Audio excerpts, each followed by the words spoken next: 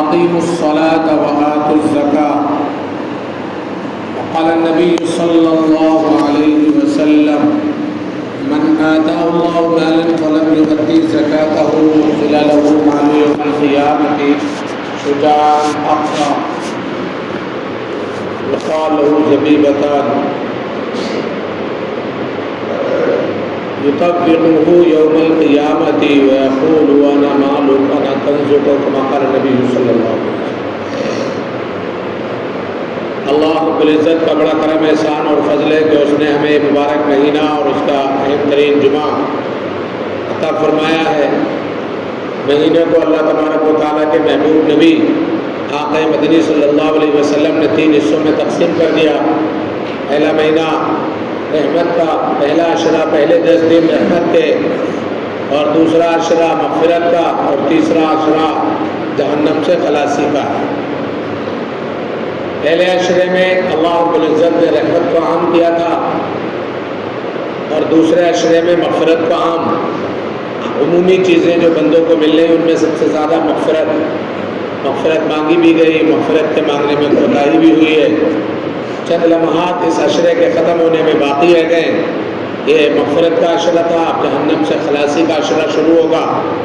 ہمیں اللہ رب العزت سے ہر وقت چلتے پھرتے نماز پہ دعا مانگتے ہوئے جہنم سے چھٹکارے کی پناہ مانگنا چاہیے. اے اللہ ہمیں جہنم سے حفاظت فرما دے، جہنم سے چھٹکارا عطا فرما دے، جہنم کی فہرست ہمارے نام کو ختم کر دے. یہ اللہ رب العزت کی طرف سے ہمارے لیے بڑا انعام اور اکرام کا مہینہ ہے. اللہ نے اس مہینے میں ہمارے لیے بڑے اجر و ثواب کو بڑھا دیا ہے، اضافہ کر دیا ہے. کہ ایک نفل نماز کوئی پڑھے تو اسے فرض کے برابر، ایک فرض کوئی پڑھے تو 70 فرضوں کے برابر، ایک نیکی کوئی کرے تو 70 نیکیوں کے برابر. اور اگر کوئی شخص جو ہے 1 درہم بھی اللہ کے راستے میں خرچ کرے تو 70 درہموں کے برابر. 1 روپیہ بھی خرچ کرے تو 70 کے برابر ملتا ہے. نیکیوں کا یہ مہینہ اور یہ سیزن چل رہا ہے. چند لمحات ہمیں باقی ہیں. ہمیں اس بات کا خیال کرنا چاہیے کہ ہمارے یہ لمحات ضائع اور برباد نہ ہو جائیں. ہم ان میں نیکیاں کما لیں. یہ سیزن ہے آخرت کو بنانے کا، یہ سیزن ہے قبر کی زندگی کو اچھا کرنے کا. مرنا ہے ہی اور قبر میں دفن ہونا. کوئی چیز ہمارے کام نہیں آئے گی. ہمارے اعمال اور نیکیاں ہمارے کام آئیں گی. آخرت میں بھی ہمارے کام نیکیاں آئیں گی. اور یہ آخرت کو بنانے کا، اللہ کو راضی کرنے کا اور نیکیوں کے ذخیرے کو جمع کرنے کا مہینہ ہے. اور اس کے 10 دن باقی رہ گئے ہیں. ہمیں اس مہینے کو جو ایام باقی رہ گئے ہیں وہ اس ایام میں اپنے آپ کو بنانے اور اپنے آپ کو سنوارنے کی کوشش کرنی چاہیے.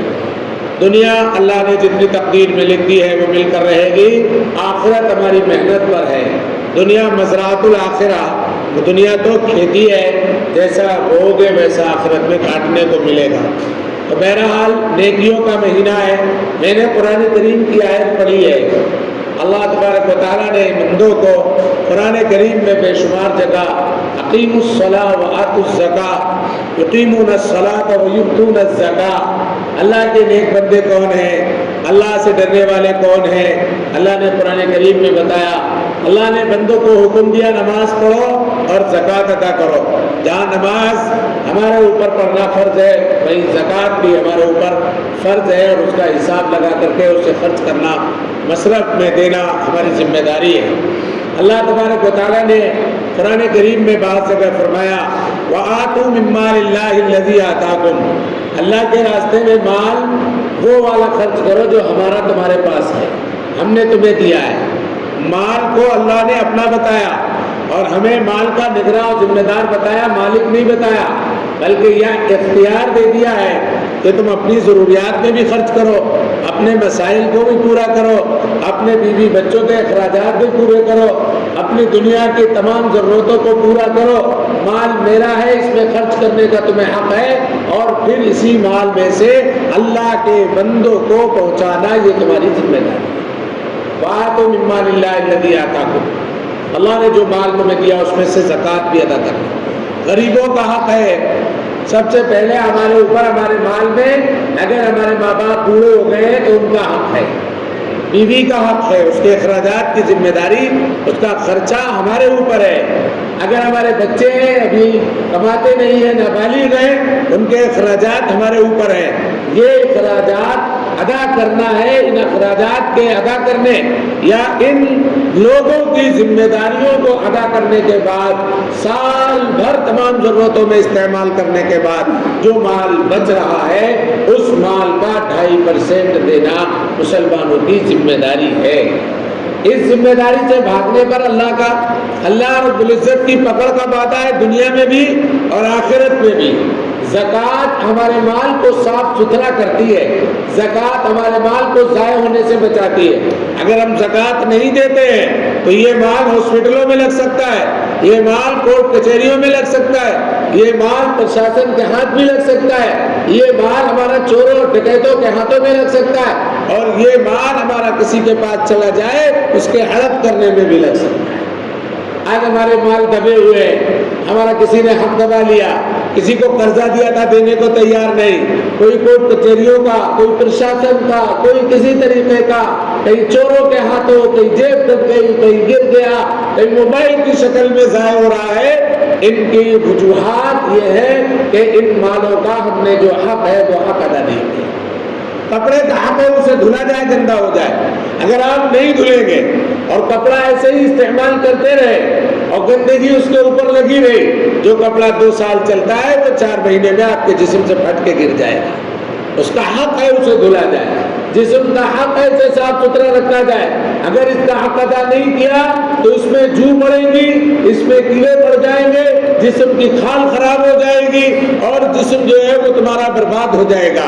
جن چیزوں کا جو حق ہے، ایک مکان آپ نے بنایا، اس کی پتائی اور اس کی صفائی ستھرائی آپ کی ذمہ داری ہے، حق ہے اس مکان کا۔ اگر آپ مکان کا حق ادا نہیں کریں گے مکان ویران ہو جائے گا، تہس نہس ہو جائے گا اور خراب ہو جائے گا۔ اس لیے اس کا حق ادا کریں۔ ہر چیز کا ایک حق ہوتا ہے، اگر وہ حق ادا نہیں کیا گیا تو اسی صورت میں نقصان ہوتا ہے، نقصان ہوتا ہے۔ مکان ضائع ہو رہا، کپڑے ضائع ہو رہے، جسم برباد ہو رہا، حق ادا نہ کرنے کی بنیاد پر۔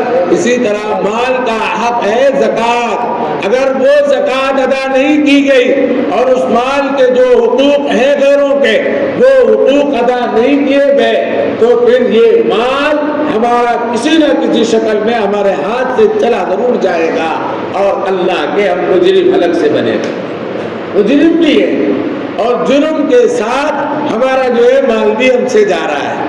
اگر ہم اپنے مالوں کو صاف ستھرا کر لیں اور ان کا حق ادا کر دیں کہ جو مال ہمارے پاس بینک بیلنس کی شکل میں، کاروبار میں لگے انہیں کی شکل میں، روپے اور پیسے کی شکل میں، یا ہماری جو ہے سونے اور چاندی کی شکل میں جو زیورات ہیں ان کا اگر ہم نے حساب لگا کر بچا کر کے سال میں غریبوں کو نہیں دیا، کمزوروں کو نہیں دیا، بیواؤں کو نہیں دیا، جو مصرف قرآن نے بیان فرمائے ان مصرفوں پر اگر ہم نے نہیں دیا تو ایسی صورت میں ہماری پکڑ ہو جائے گی، یہ مال ہم سے ضرور چلا جائے گا۔ اللہ کے نبی صلی اللہ علیہ وسلم کی وہ حدیث جو میں نے خطبے میں پڑھی ہے، اللہ کے نبی صلی اللہ علیہ وسلم فرما رہے ہیں کہ جس کو اللہ نے مال دیا اور اس مال میں اس نے اپنی تمام ضرورتیں پوری کرنے کے بعد بچے ہوئے مال میں سے 2.5% اگر زکوٰۃ نہیں نکالی تو یہی مال کل قیامت کے دن اللہ رب العزت کہے گا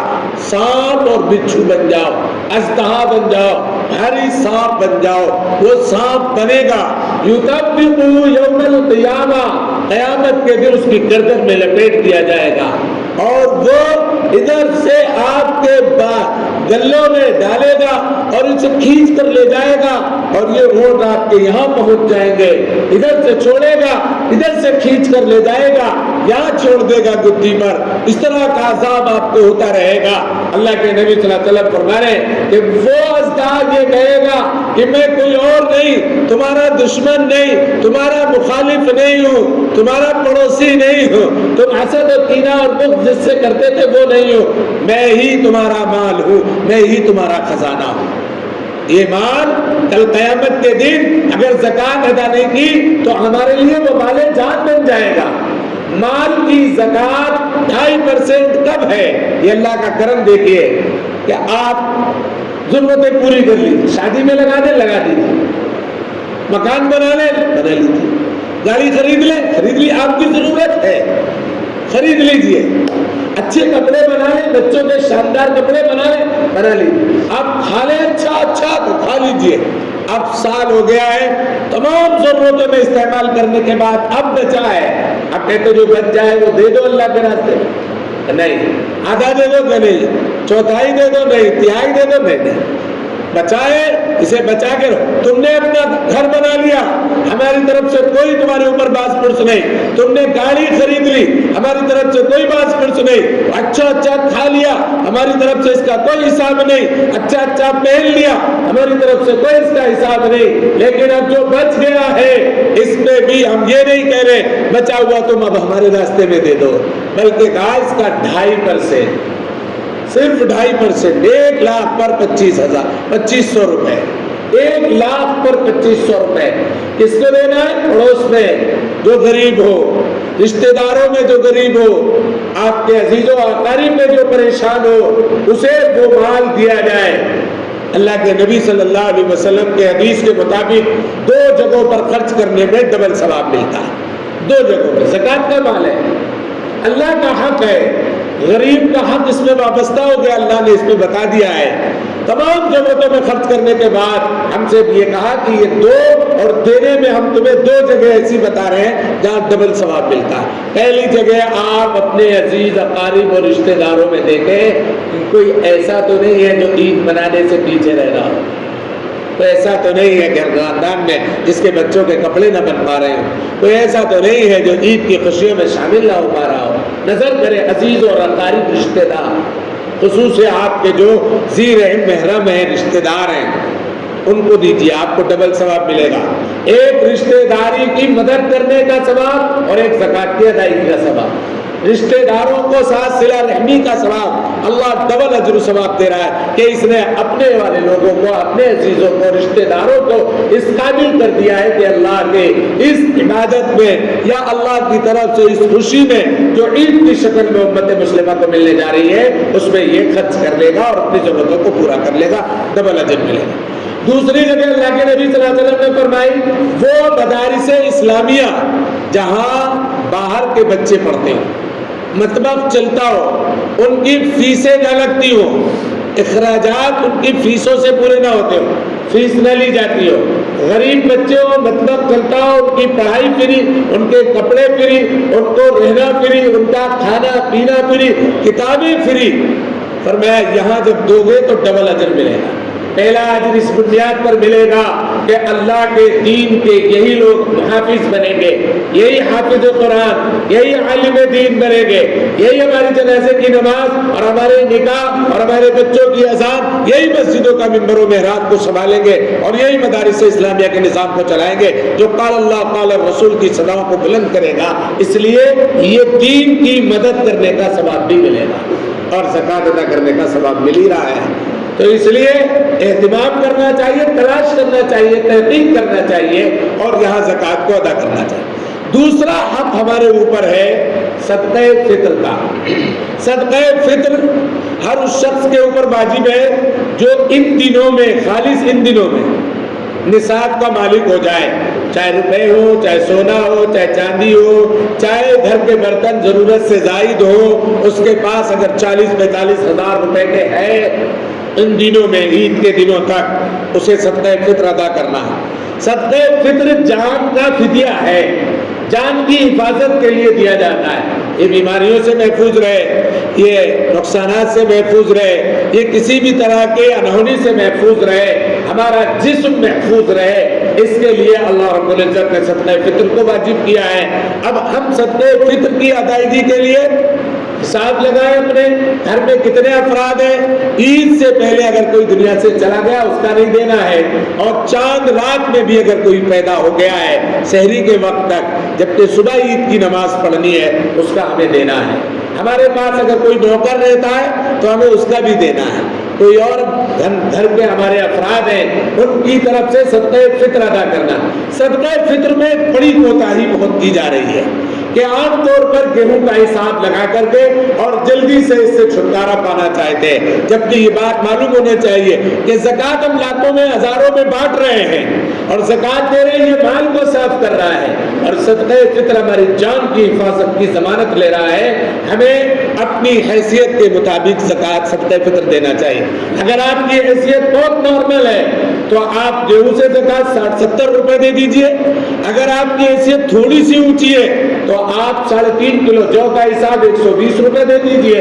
اگر اللہ نے آپ کو ہزاروں روپے دیے ہیں اور لاکھوں میں آپ کھیل رہے ہیں تو ایسی صورت میں آپ کشمش سے دیجئے، کھجور سے دیجئے، چھواروں سے دیجئے. 3.5 کلو کھجور، 3.5 کلو چھوارے یا 3.5 کلو کشمش.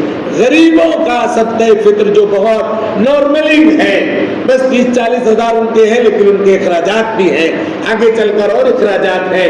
ان سے کہا گیا کہ تم جو ہے گیہوں سے نکال دو، لیکن حسب حیثیت درجات ہے.